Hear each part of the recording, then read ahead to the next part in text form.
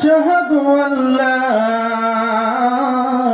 إله إلا الله وحده لا شريك له وأشهد أن محمدا عبده ورسوله الذي أرسله بالحق بشيرا ونذيرا وداعيا إلى الله بإذنه وسراجا منيرا فقد قال الله تعالى في كلامه المجيد والفرقانه الحميد সবাই জবান খুলে বলে ফাউযু বিল্লাহি মিনাশ শাইতানির রাজীম বিসমিল্লাহির রহমানির রহিম আলিফ লাম মিম যালিকাল কিতাবু লা রাইবা ফীহি হুদাল লিল মুত্তাকিন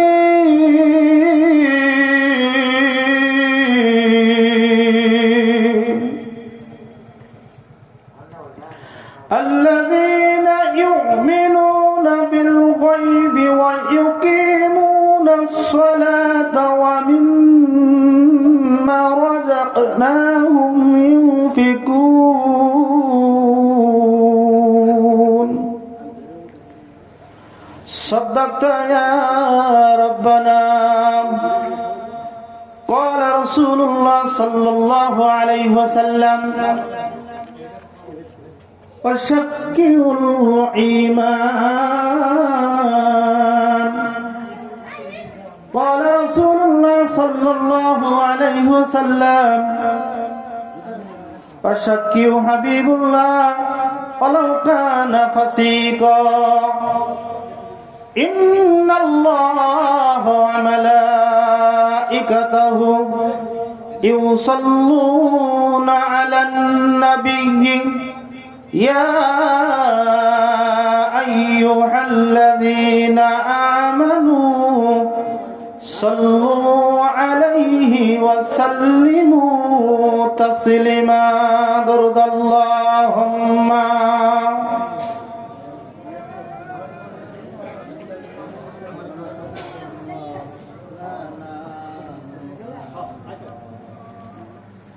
ولا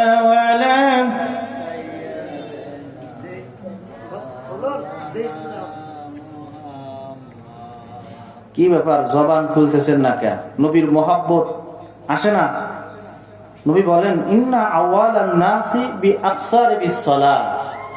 যদি নবীর প্রতি দরুদ শরীফ পড়া হয় তাহলে নবী বলেন কিয়ামতের দিন আমার কাছে থাকবে এবং আমি তাদের জন্য সুপারিশ করব।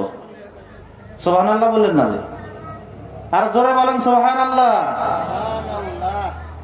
আল্লাহুম্মা জবান খোলেন, শীতে ধরছে, জবান খোলেন। আশেপাশে যারা আছেন তারা বুঝতে পারবে এখানে মাহফিল হচ্ছে।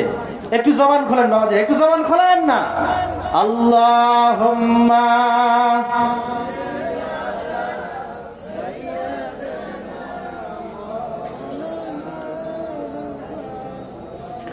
ওয়ালা ওয়ালা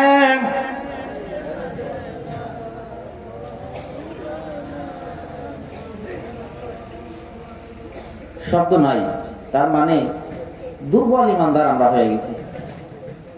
মুসলমানের গর্জন থাকবে এমন গর্জন যে গর্জনে ইহুদি নাসারারা বুঝবে মুসলমানের বাচ্চারা এখন তাদের ইমান তাজা হয়ে গেছে। আমাদের ইমানের তাজাল্লি দেখে তারা ভয় পাবে। কিন্তু আমাদের মাহফিলের লোকজন হয় না কেন? আমরা যারা ইমানদার আছি সবেমাত্র জান্নাতের বাগানে বসছি, এরপরও যেই জবানের মালিক কে বলেন তো দেখি, আর জোরে বলেন কে? আমার অন্তরে জবানের কতটুকু শক্তি আছে আল্লাহ জানেন কি জানেন না? এই জোরে বলেন, জানেন কি জানেন না? আল্লাহ বলেন ইয়ালামু খাইনাতাল্লাহ ইউনি ওয়া মা তুফি সুদুর। আল্লাহ জানেন কি জানেন না? আল্লাহ অন্তরের খবরও জানেন। তাহলে জবানের মালিক আল্লাহ। সেই জবান আল্লাহর কাজে ব্যয় না করে কার কাজে ব্যয় করবেন? একটু ব্যয় করেন না। আল্লাহুম্মা, এই তো বের হয়েছে।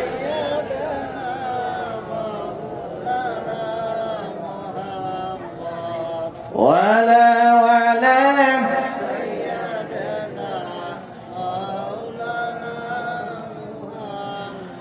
আল্লাহর সাথে হলে ভাগ মুছে যাবে সব অভাব।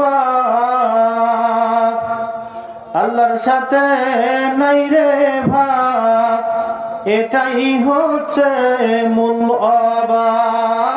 আল্লাহুম্মা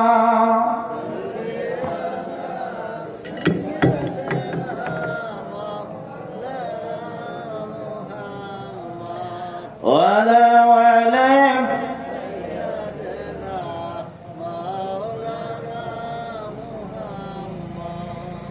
بلغ العلا بكماله كشف الدجى بجماله حسنت جميع خصاله صلوا عليه وآله أما بعد।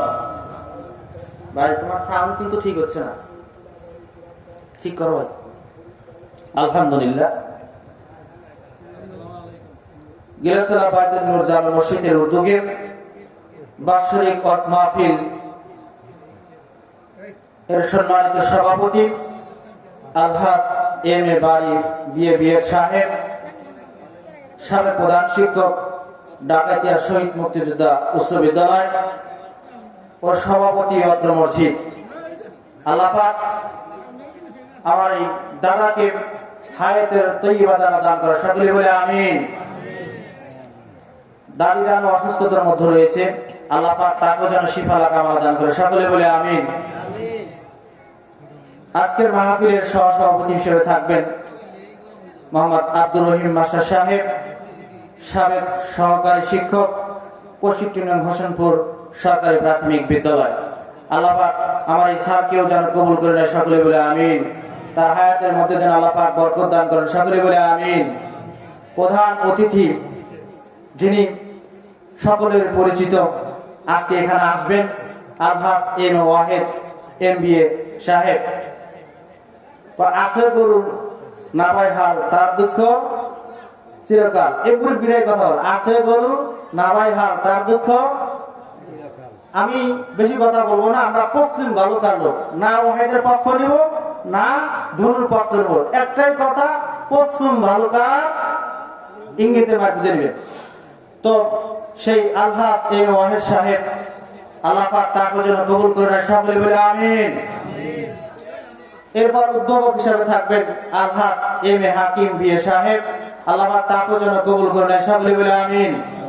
বর্ণ অতিথি হিসাবে থাকবেন doctor Masud Rana, medical officer, উপজেলা স্বাস্থ্য কমপ্লেক্স সখীপুর টাঙ্গাইল, আল্লাহ পাক তাকে যেন কবুল করে নেয় সকলে বলে আমিন।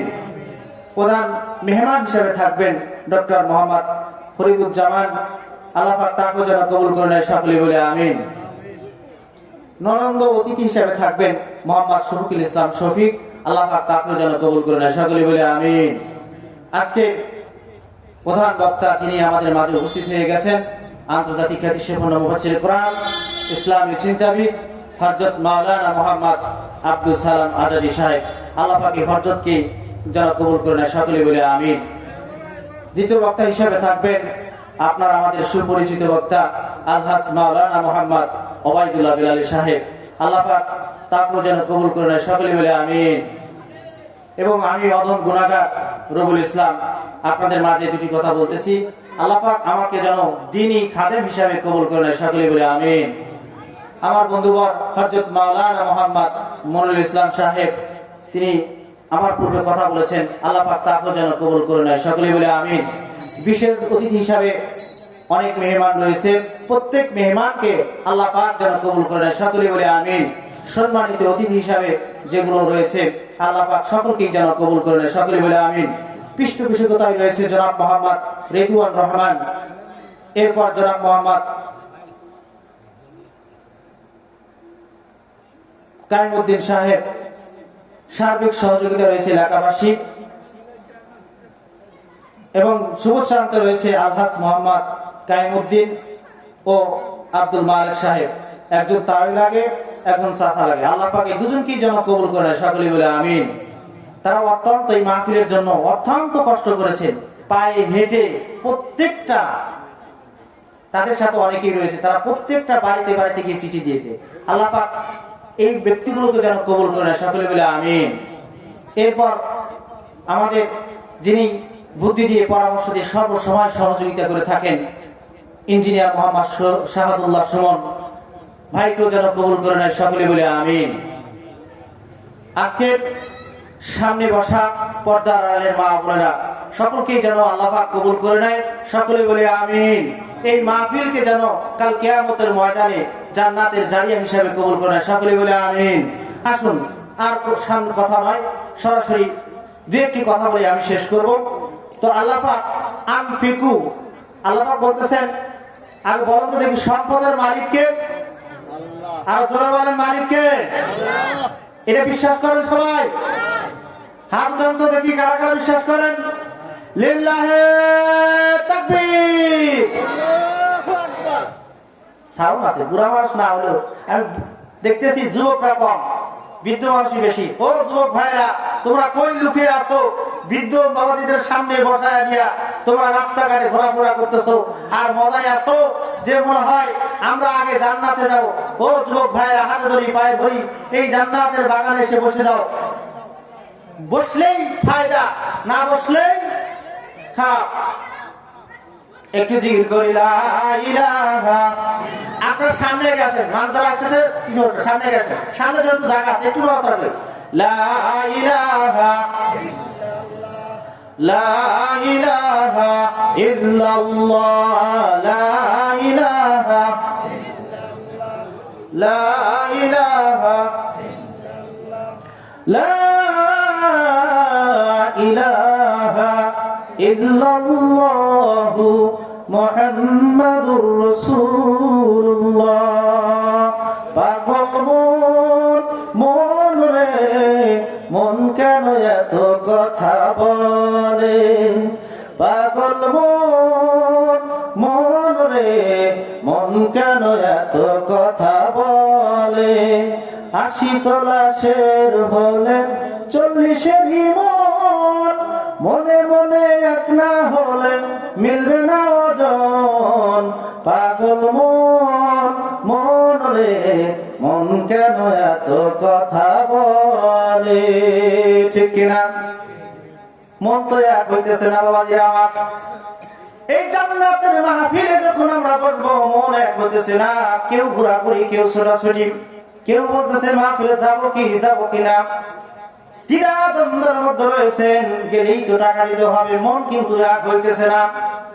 বাবাজিরা, মন তো অসংখ্য কথা বলবে, অসংখ্য মনকে এক মন বানাতে হবে, বলেন ঠিক কিনা? বলতেছিলাম সম্পদের মালিক কে? আরো ধরে বলেন কে? এই কথা সবাই বিশ্বাস করেন? সবাই যখন মারা যাব, এই যে টাকা পয়সা ধন দৌলত, সুন্দর একটা ২০,০০০ টাকাটা খাট কিনলেন, এই খাটের মারা যাওয়ার পর আপনাকে রাখবে না কেন? আপনি তো কিনেছেন, রাখে না কেন?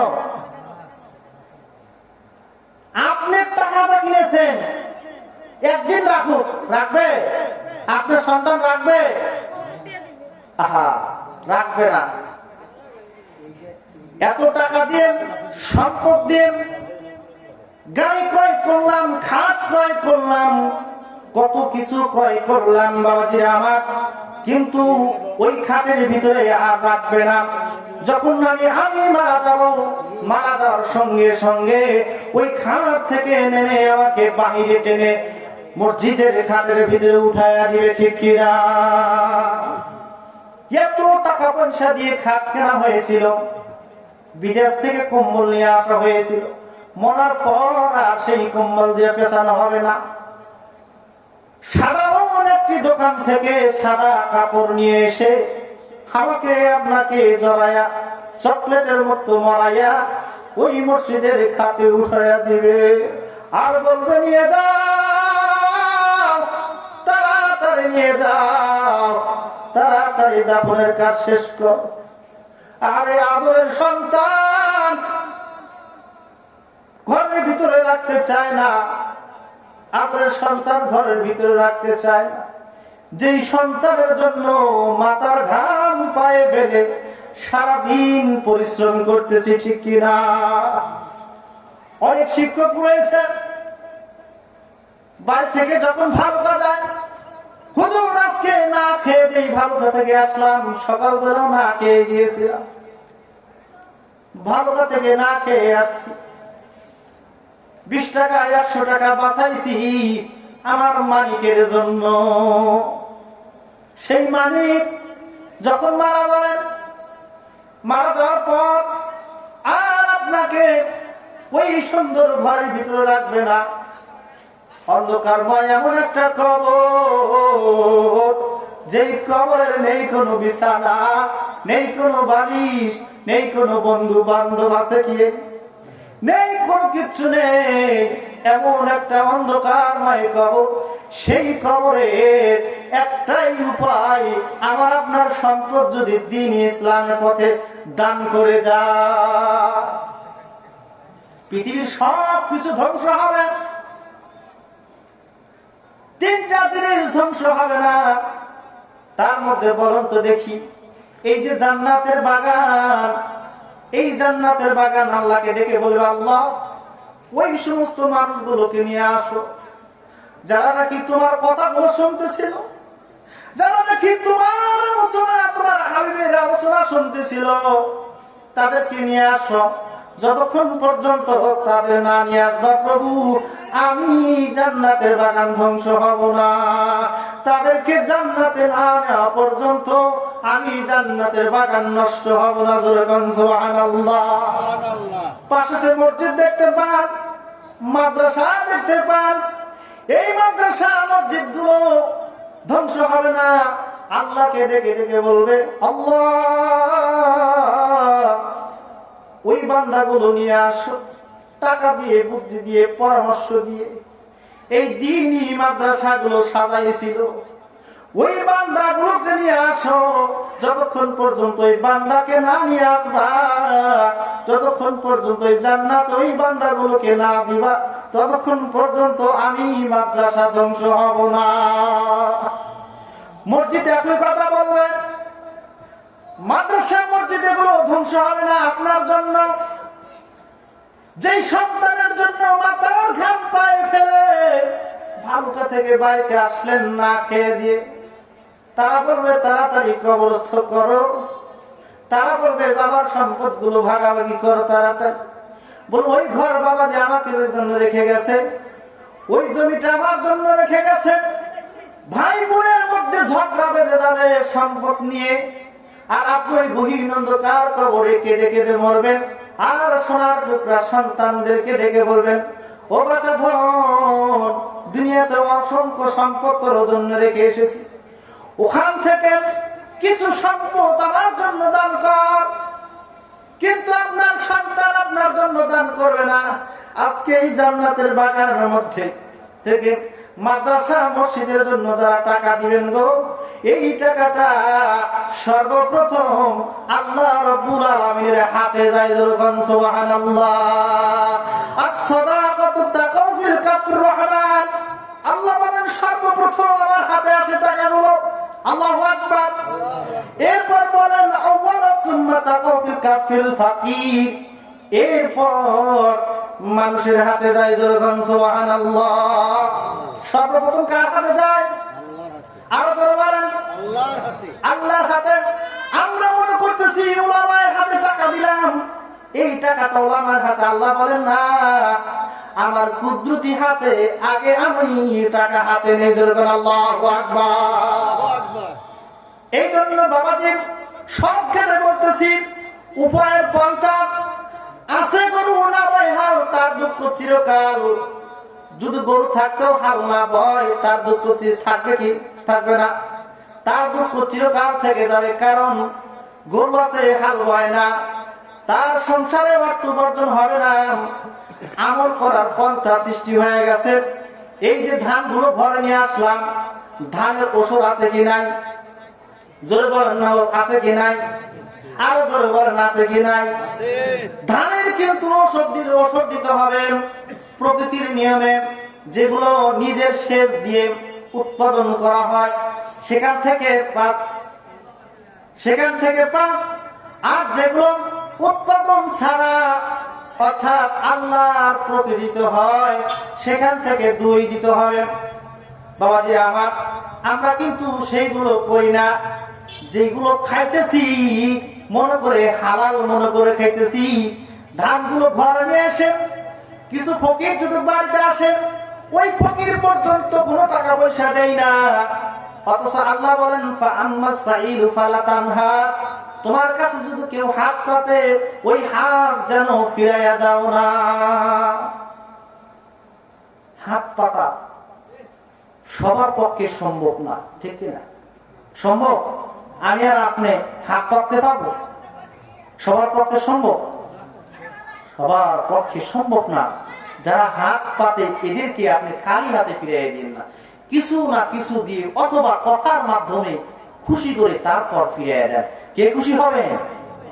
আর জোরে বলেন, কে খুশি হবে? আল্লাহ খুশি হয়ে যাবে।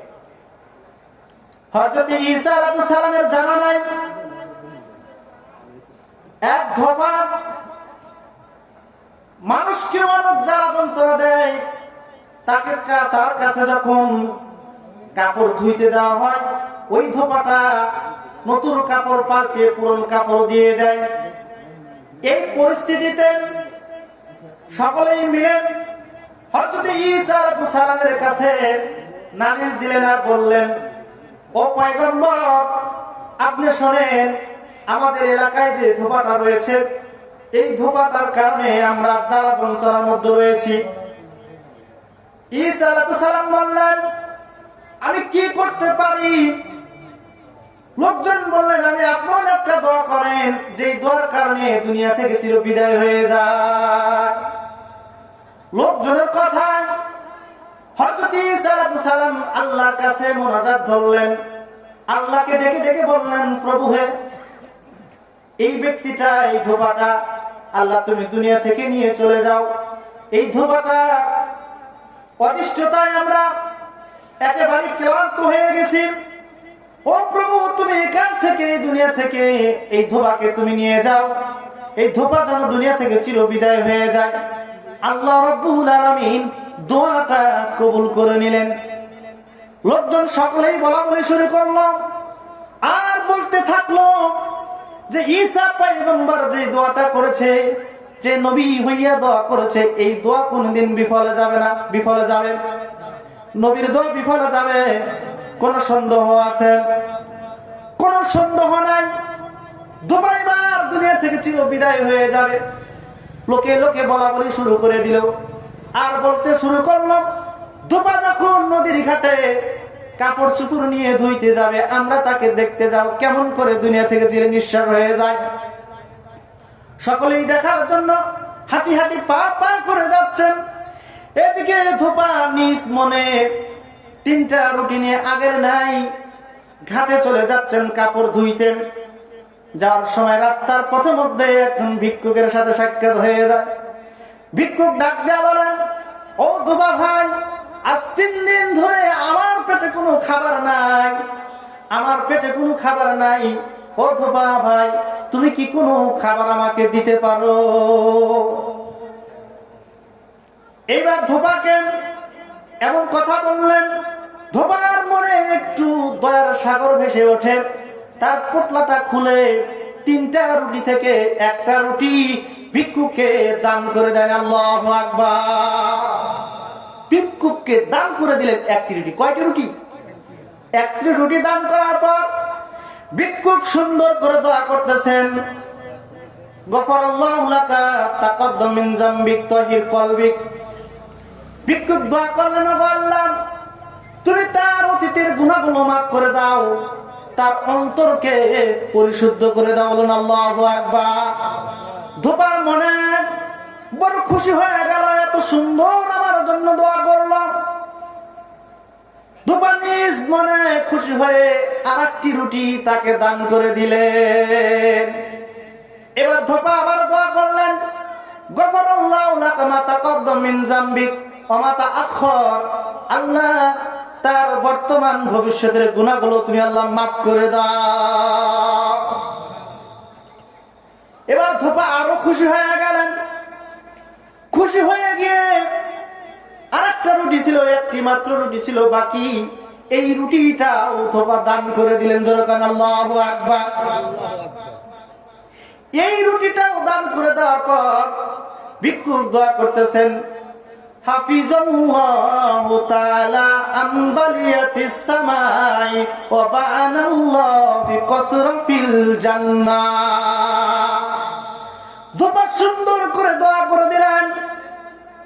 আল্লাহকে ডেকে বলেন, আল্লাহ আসমানের বালা জমিনের বালা সব বালা মুসিবত দূর করে দাও, আর জান্নাতের মধ্যে তুমি তার জন্য একটা মহল তৈরি করিয়ে দাও। আল্লাহু আকবার। তিনটা রুটি দেওয়ার কারণে তিনবার দোয়া করে দিলেন। এবার ধোপা ঘাটে গেলেন, সুন্দর করে কাপড় চোপড় পরিষ্কার করে আবার ফিরে আসতেছেন। মানুষগুলো দাঁড়িয়ে দাঁড়িয়ে দেখে আর বলতে থাকে, কি ব্যাপার, আজকে তো ধোপার দুনিয়া থেকে চির বিদায় হওয়ার কথা, কিন্তু ধোপা কেন আজকে মরল না? ধোপার কি হলো? পয়গম্বর দোয়া করেছে, সেই পয়গম্বরের কথা কি মিথ্যা হয়ে গেল? যে পয়গম্বরের দোয়া তো মিথ্যা হতে পারে না। সকলেই মিলে আবার পয়গম্বরের কাছে চলে গেলেন।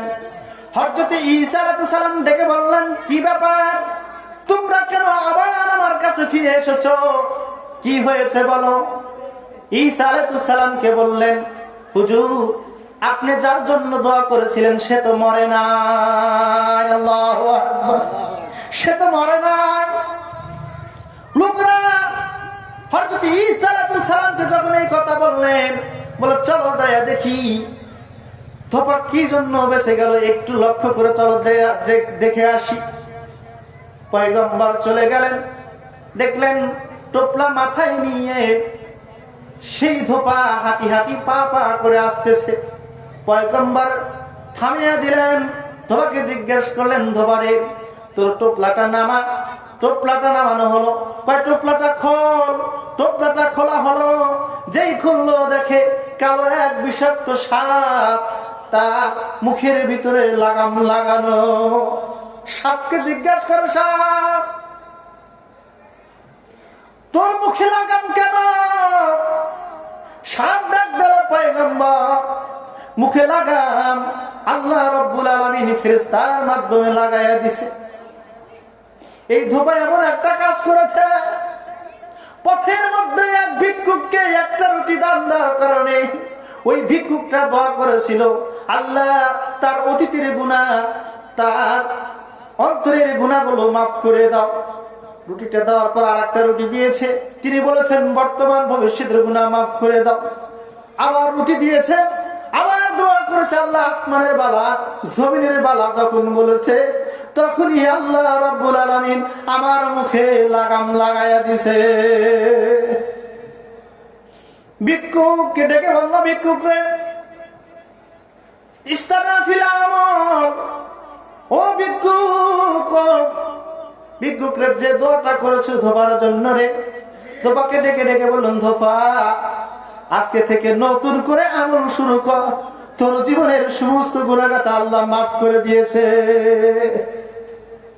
বাবাজি আমার বলেন তো দেখি, মাত্র 3টি রুটি দেওয়ার কারণে তার জীবনের সমস্ত গুনাহগাতা কে মাফ করলো? আরো ধরে বলেন, কে মাফ করলো? সেই আল্লাহ এখন আছে কি নাই? আরো ধরে বলেন, আছে কি নাই?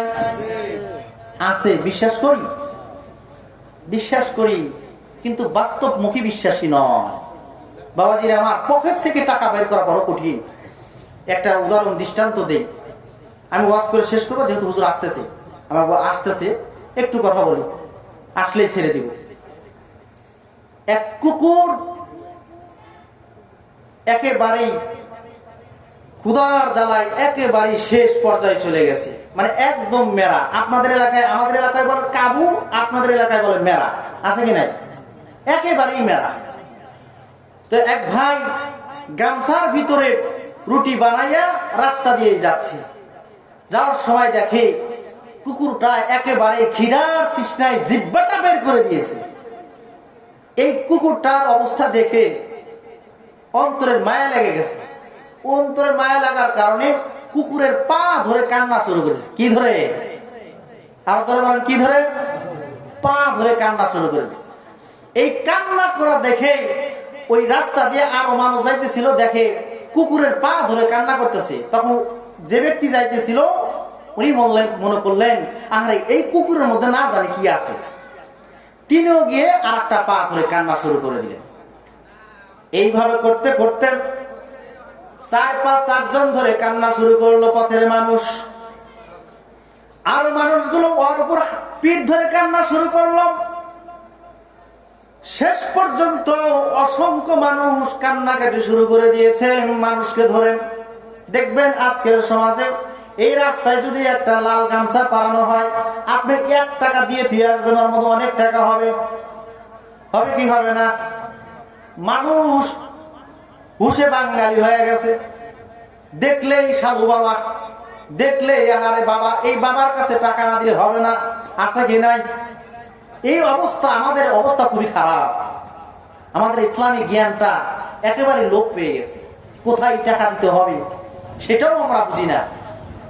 বাবাজিরা আমার, এই কুকুরকে দেখে অসংখ্য মানুষ যখন কান্না করতেছে, একজন আলেম সাহেব যাইতেছিলেন, দেখেন যে মানুষগুলো কান্না করে। যে উপরে ছিল তাকে জিজ্ঞেস করে, ভাই তুমি কান্না করো কেন? কয় আমি জানি না, আমার নিচের দা জানে। তুমি ওঠো, নিচের ডাক বলো, হয় ভাই তুমি কান্না করো। কয় আমি জানি না, আমার নিচের দা জানে। এবার তুমি ওঠো, নিচের দ্বারা জিজ্ঞেস করো, ভাই তুমি কান্না করো কেন? কয় আমি জানি না, বাইরে কান্না করে, আমিও দেখে দেখে কান্না শুরু করে দিয়েছি। তুমি ওঠো। আর একের জিগায়, ভাই তুমি কান্না করো কেন? কয় আমি কান্না করি জানি না, ভাই কান্না করতেছে তাই দেখে আমারও কান্না এসে গেছে। শেষ পর্যন্ত ওই যে সর্বপ্রথম যে ভাই পা ধরে কান্না শুরু করছে, বাইরে জিজ্ঞেস করলো, ভাই তুমি কান্না করতেছিল কেন?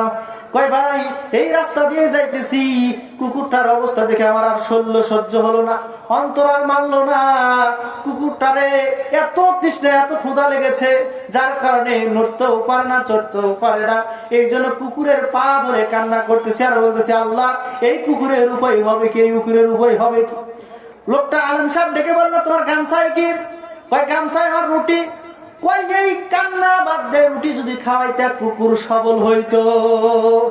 লোককে ডেকে বললো, হুজুর কান্না বড় সহজ, রুটি দেওয়া বড় কঠিন। কান্না বড় সহজ, রুটি দেওয়া বড় কঠিন। পকেট থেকে টাকা বের করা, মসজিদ মাদ্রাসায় দিবেন, এটা বড় কঠিন। বাবাজি আমার, লাইলি মজনু প্রেম করে, এই প্রেমের কাহিনী সবাই জানেন। জানেন কি জানেন না? ইতিহাসে লেখা। কেন লেখা? এত ভাবে প্রেম করেছেন যে প্রেমটা সকলের সাথেই লেখা। সকলেই জানে যে লাইলি এমন ভাবে প্রেম করছেন। আল্লাহর এক বুজুর্গ নামাজ পড়তেছেন, আল্লাহর এক বুজুর্গ নামাজ পড়তেছেন, ভালো করে খেয়াল দিয়ে শুনুন। বুজুর্গ নামাজ পড়ার পর মজনু ওখান দিয়েই দৌড় মারছেন। বুজুর্গটা, এই মজনু তুই আমার নামাজ ভঙ্গ করলি কেন? মজনু ডেকে বললেন, হযরত আপনাকে আমি তো দেখিই নাই, আপনি যেখানে নামাজ পড়তেছেন আপনাকে আমি দেখিই নাই। মজনু ডেকে বললেন, আপনি কার সামনে দাঁড়াইছেন? কয় আমি আল্লাহর সামনে দাঁড়াইছি। কয় আমি দুনিয়ার মানুষের জন্য পাগল,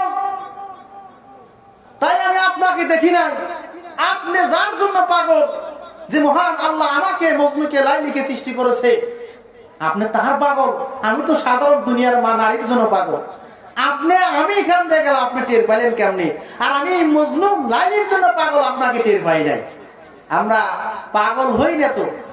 আবু বকর ইসলামের জন্য সব টাকা দান করে দিতেন, আর আমরা কেমনে রাখা যায় সেই চিন্তা ভাবনা বাবাজিরা আমার, এই দুনিয়া থেকে যাইতেই হবে, ঠিক কিনা?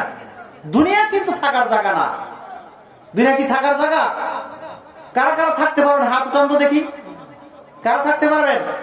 আমরা কেউ কিন্তু থাকতে পারবো না। আরে এই দুনিয়া থেকে চির বিদায় হতে হবে। দেখেন একজন হাত উঠাবার সাহস পাইলাম না, কারণ একটা, দুনিয়াতে আমরা থাকতে পারবো না। একটু জিকির করি লা ইলাহা, একটু সাইজ করে বসেন, সামনে গিয়ে আসেন, যে সামনে জায়গা আছে, একটু সামনে আসেন। লা ইলাহা ও লা ইলাহা ইল্লাল্লাহ, লা ইলাহা ইল্লাল্লাহ, লা ইলাহা ওরে হায়াতের মালিক যেই আল্লাহ, মৌতের মালিক সেই আল্লাহ, লা ইলাহা ও লা ইলাহা লা ইলাহা ইল্লাল্লাহু মুহাম্মাদুর রাসূলুল্লাহ। বাবাজির আমার, এই দুনিয়া থেকে চির বিদায় হইতে হবে। কিন্তু বাবাজির আমার, দুনিয়ার বুকে একজনকে যদি খুশি রাখা যায়, এই দুনিয়া থেকে চির বিদায় হতে হবে। কিন্তু একজন যদি খুশি থাকে রে আল্লাহ, আল্লাহ রাব্বুল আলামিন বলেন, দুনিয়ার বুকে একজনকে যদি খুশি রাখতে পারো, আমি আল্লাহ খুশি থেকে যাব। বলেন তো তিনি কে? মা। বলেন কে? মাকে চেনেন তো? মা এমন একটি জিনিস, সাধারণ এখান থেকে বাড়িতে গেলেই মা আগে জড়ায় জড়া কান্না করে। এতদিন পর আসলি, ভুলে গেছস? তুই না আলে ভুলে গেছস? এতদিন পর আসলি। মা জড়ায় ধরে আগে কান্না করে। সেই মা দুনিয়ার জান নাই। আল্লাহ বলেন, পৃথিবীর বুকে যদি তোমার মা খুশি থাকে, আমি আল্লাহ খুশি। কে খুশি? আর জোরে বলেন, কে খুশি? আল্লাহ খুশি। সন্তানদের মানুষ করতে বা পিতা মাতার কত কষ্ট হয়। এক বৃদ্ধ মা, স্বামী নাই, সন্তানকে কষ্ট করে লালন পালন করলেন, করার পর স্কুলে ভর্তি করে দিলেন। এরপর পড়াশোনায় মানুষদের কাছ থেকে টাকা পয়সা নিয়ে তাকে পড়াশোনা করাইলেন। করানোর পর মা মনে করলেন, সন্তান যেহেতু এখন বড় হয়ে গেছে, তাকে বিবাহ শাদী করাতে হবে। সন্তান বলেন, মা সামনে আর একটা পরীক্ষা আছে, মাস্টার্স পরীক্ষা দিয়েই ইনশাল্লাহ আমি বিবাহ করব। মাস্টার্স পরীক্ষায় সুন্দর রেজাল্ট করলেন। এরপর হঠাৎ করে তার চাকরি হয়ে গেল। মা বলেন, এবার আর ছাড়াছাড়ি নেই, তোকে বিবাহ করতেই হবে। এবার বিবাহ করাইলেন।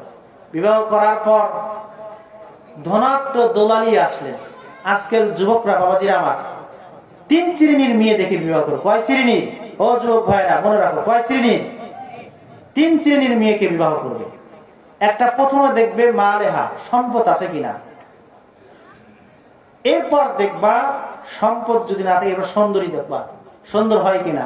তৃতীয় দেখবা তার মধ্যে ইমানদার আছে কিনা। সম্পদ নাই, সুন্দরও না, ইমানওয়ালা, তুমি তাকেই বিবাহ করে নেবে। আমরা এই আমলগুলো করবো ইনশাআল্লাহ। আমার কথা এখানে শেষ করছি। আমার জন্য দোয়া করবেন। যা আলোচনা করেছি এর ভিতরে ভুল ত্রুটি হলে ক্ষমার দৃষ্টিতে দেখবেন, আর আমার জন্য দোয়া করবেন। আসসালামু আলাইকুম ওয়া রাহমাতুল্লাহি ওয়া বারাকাতুহু।